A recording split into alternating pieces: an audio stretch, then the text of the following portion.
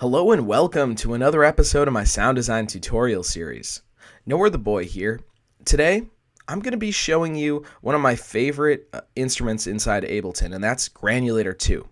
Now, Granulator II is a granular sampler, so it allows us to drag in samples and manipulate, resample, and reprocess those samples on a granular level. So if you don't have Granulator II already, but you have Live Suite, then you have access to Max for Live. So you can go on Ableton's site and download Granulator II for free. So once you do that, download it, drag in the file into Ableton, it'll auto install, then you'll be good to go. So you have Granulator II. Now what? I personally find Granulator II great for resampling pre-existing audio. So if I'm struggling on a particular track, or maybe I've recorded a 10-minute modular synth patch, Granulator II is a great way to help me gain new context and new perspective on a particular sound. So we're going to use Granulator II today to resample a loop. So I'm going to take the Tetra School break loop from my April Patreon sample pack and drag it into Granulator II, and that's how you drag in a sample. So boom, there it is. So now you have a sample in. Now what? So there's several buttons. There's two windows within Granulator II, but I'm going to show you kind of the most important knobs, at least for me. And so that starts with the file position. So as we drag the file position knob all the way to the left, the file position for playing the sample will be at the beginning. And if we drag the file position to the end, all the way to the right, the sample will play at the end. So that's how we choose where to start triggering the sample. So if I have this all the way to the left and I hit, I'm just hitting middle C right here.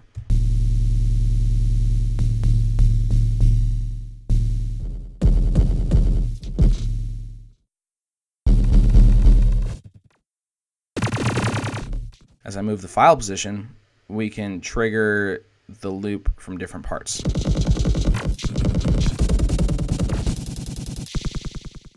And Granulator II allows us to, play chords, so I could just...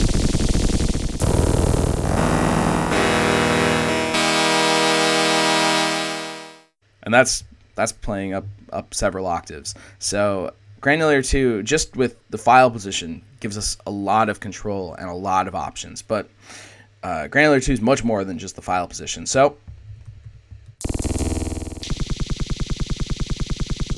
let's go back to the beginning. Now the next knob I'm going to show you is the grain. So it allows us to control how many grains are in the particular area that we're sampling. So as I go all the way to the left, the grain size increases.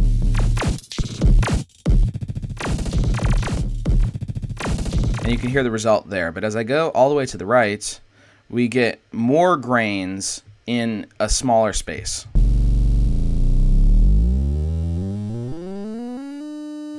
And if you go all the way to the right, you get kind of this artificial harpsichord type sound. So we could just start playing.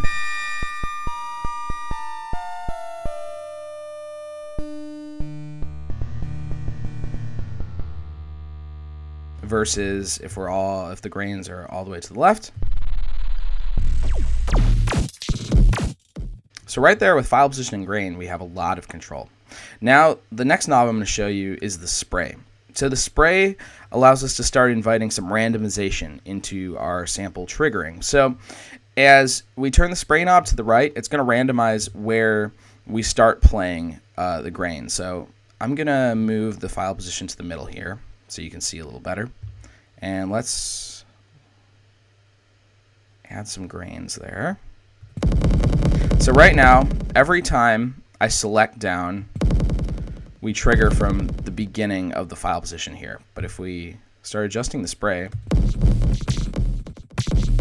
you can hear how it'll start triggering a little before and a little after.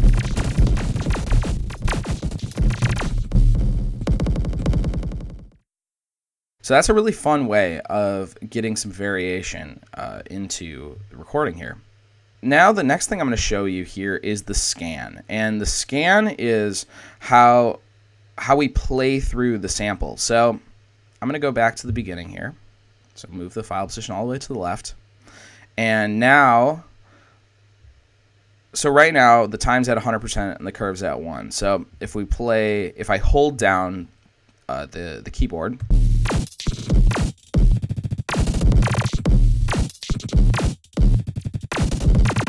it simply plays through the entire sample. But now if we adjust this time,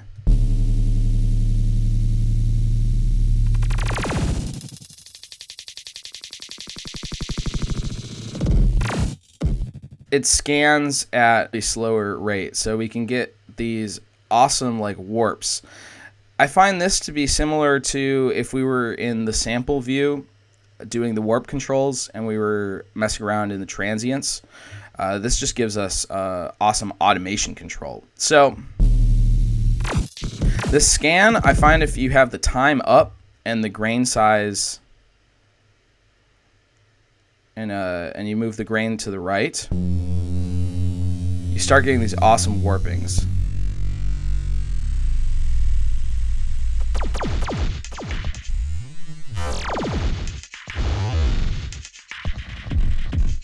And right now, I'm only tweaking one knob at a time. So Granular 2, well, it's awesome just, tweaking one knob. When we start getting some automation between all these knobs, that's where it really comes alive. So there's some other knobs here that I could go through. We have LFOs, so we could start adding some more randomization into, I could turn on LFO here and add it to file position, and now we'll start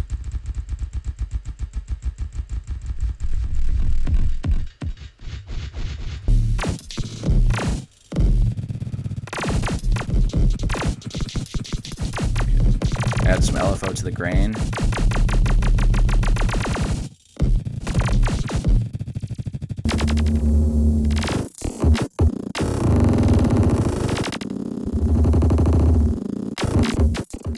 So the LFO is a powerful tool in itself, but I'm going to turn the LFO off for now. So we also have amplitude modulation here. You can use Granulator to capture live audio, but that's a whole nother can of worms. And then we also have the volume control over here. But Granular 2 has another window as well. So if we change the view to the filter view, now you can see we have ADSR control for how we trigger the sample. So if we wanted to get a little more rounded attack,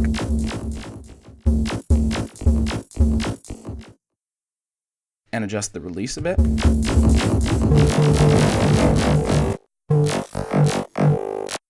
And all of these sounds are coming from the first hit of this loop. So you can do all of this to one particular grain and then just adjust the file position, and you might get an entirely different sound. So Granular 2 is very experimental and very exploratory, which is why I love it.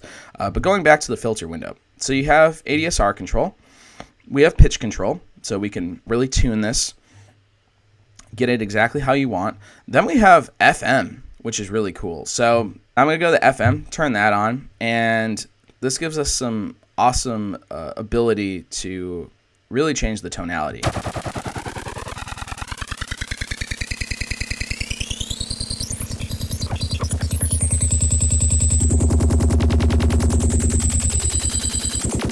So I love automating the FM for kind of riser effects or transitions. Then we have some filter options, which are super awesome. So it's normalized as a low pass, but we could have a high pass, band pass, notch, filter, etc. So it's really cool that we have built-in filters within Granular 2. It gives us a filter and FM envelope as well. So with all of this, you have a ton of control. So not only can you get super wild sounds, but you can get wild sounds that are reined in, that are super usable. And I think that's the best part of Granular 2 for me is I can get wild sounds, but I can immediately use them in my music. So now that I've shown you a bit of the knobs and what they do in Granular 2, now I'm going to show you how to start recording all of this fun granular destruction and how to keep it really controlled and easily usable for your productions. So to record Granulator II, I'm going to create a new track, arm it. I'm actually going to arm both tracks here. So what you'll do is just hold down Command so you can have both tracks armed. And then I'm going to go and select Granulator II here. So we're going to record in, and I'm going to set it to auto. And make sure, so if you have it looped here, make sure you have the plus enabled. That way it won't overwrite and we can just drag out the recording at the end. So now what I'm going to do right away is just play some sustained notes at different octaves. So this one will be at C3.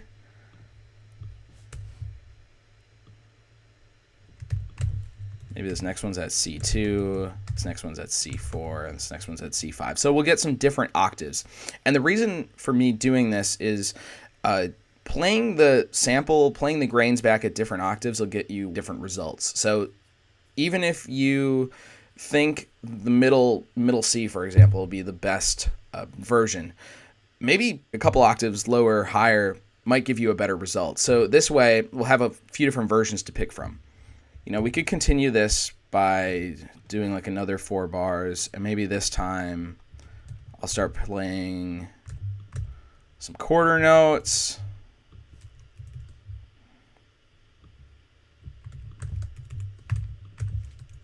At some different octaves. And also why I'm just doing it at different octaves instead of different notes is if I record this all out and I decide I want to repitch or retune it, it's really easy to tune all of the samples because they're all playing the same note, and then we could resample this in, you know, simpler sampler, just use the audio. So that's why I'm doing this. And we'll do one at C8 there, and then C5, C6, C7, maybe. There we go. So we're all over the board here. So now I'm just going to hit play first before we start recording, and so we can kind of dial in this sample.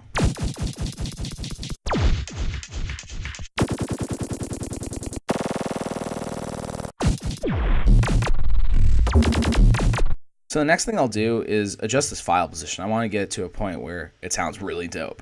So I'm going to scan around here and find a cool grain to start with.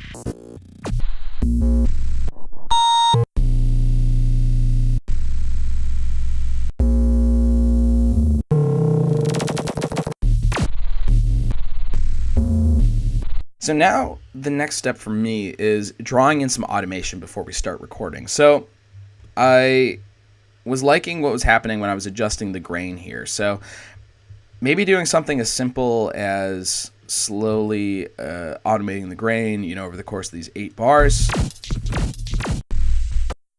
Well, maybe going the other way, actually.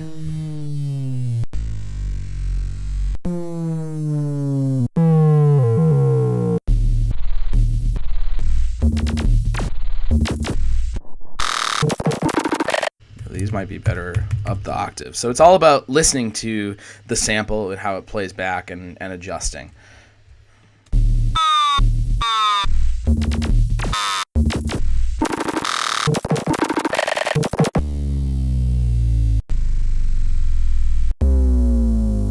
Now the next thing I'm going to do is adjust the scan. So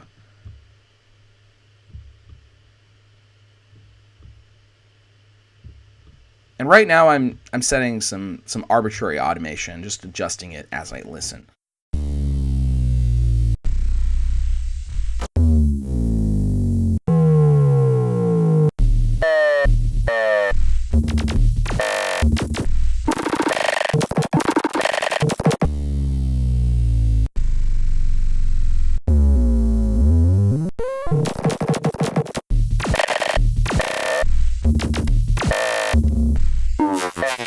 I'm not in love with this second section, so I might duplicate the beginning here.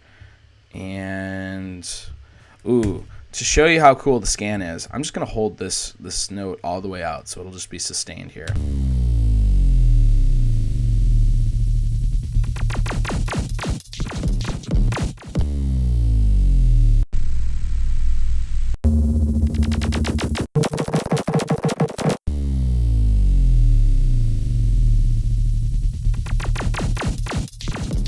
So now we could use the LFO a little bit. So maybe I'm going to LFO the file position a bit. And the grain.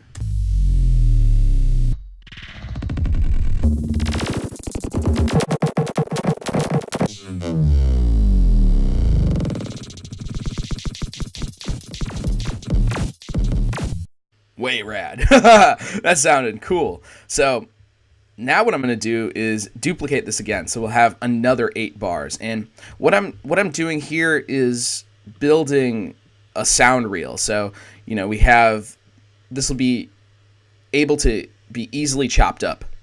So we could take 1 bar, 2 bars, you know, 1 hit here and easily copy and paste it into our production. So it's all about making it easier in the editing process later. So for the second set of 8 bars here, we could play around with the FM. So kind of showing you what I was talking about with making a riser. I'm going to adjust the FM here, automate it, and let's automate the frequency a bit as well.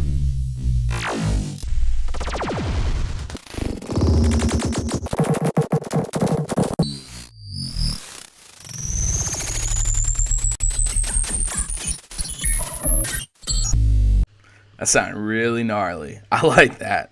I like doing all this automation before we start recording, and then obviously, you know, adjusting these knobs as we record is great, and I highly recommend it. But controlling as much as we can before we start recording, I think is really important to having usable audio.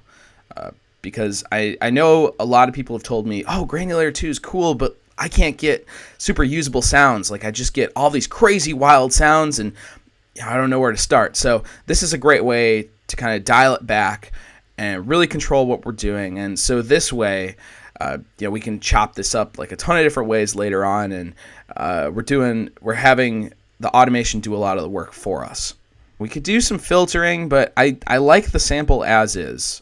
So the next step here is to record what we have going on. I mean, we could use the MIDI here, but I love being able to reprocess the audio in a new way.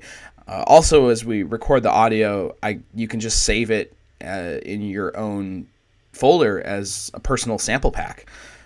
This is a great way to build your own personal samples. So we have this arm track down here, so I'm going to hit Command so we have both of the tracks armed. I'm going to turn off this bottom track because you would just hear the granulator twice, so just make sure it's off, but it's armed. And now I'm going to select at the beginning here, make sure we have the plus enabled, and now let's hit record, and let's check out this waveform.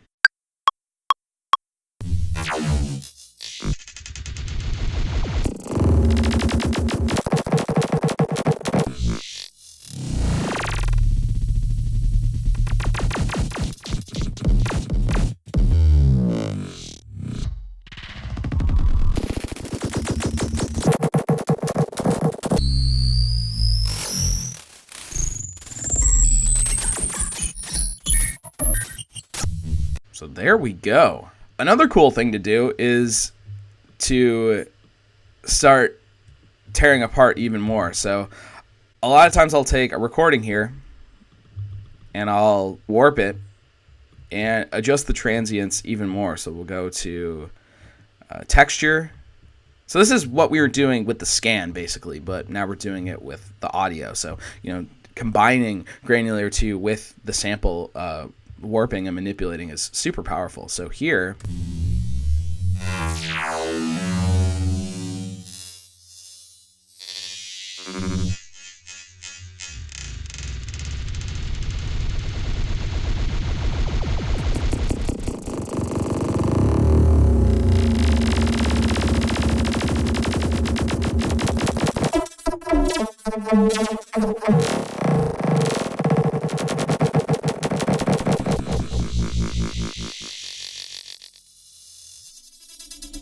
So that's just a fun way of combining adjusting grains in Granulator 2 and in the sample view. This gives us a great jumping off point. So, you still have the MIDI here, so we could make further adjustments. We could start arpeggiating in here. That could give you a cool end result. You could also, since we have all this automation right now in Granulator 2, you could drag in new samples, and you might have to adjust like the file position and the grain, but there's a really high chance that you'll get something super dope. This also allows you to cycle through a ton of samples and start reprocessing quickly. So, my challenge to you would be, if you're struggling with one of your tracks, if you have, say, like a 8 or 16 bar loop, but you don't really know where to go, maybe export out that track and start dragging into Granulator 2 here, or just taking a drum loop from your project and throwing it into Granulator 2. You don't know what you're going to get, but you're probably going to get something really, really cool. So I hope you found this tutorial helpful. As always, let me know in the comment section below what you'd like to see me cover next. I hope you have an excellent day, and keep on making those beats.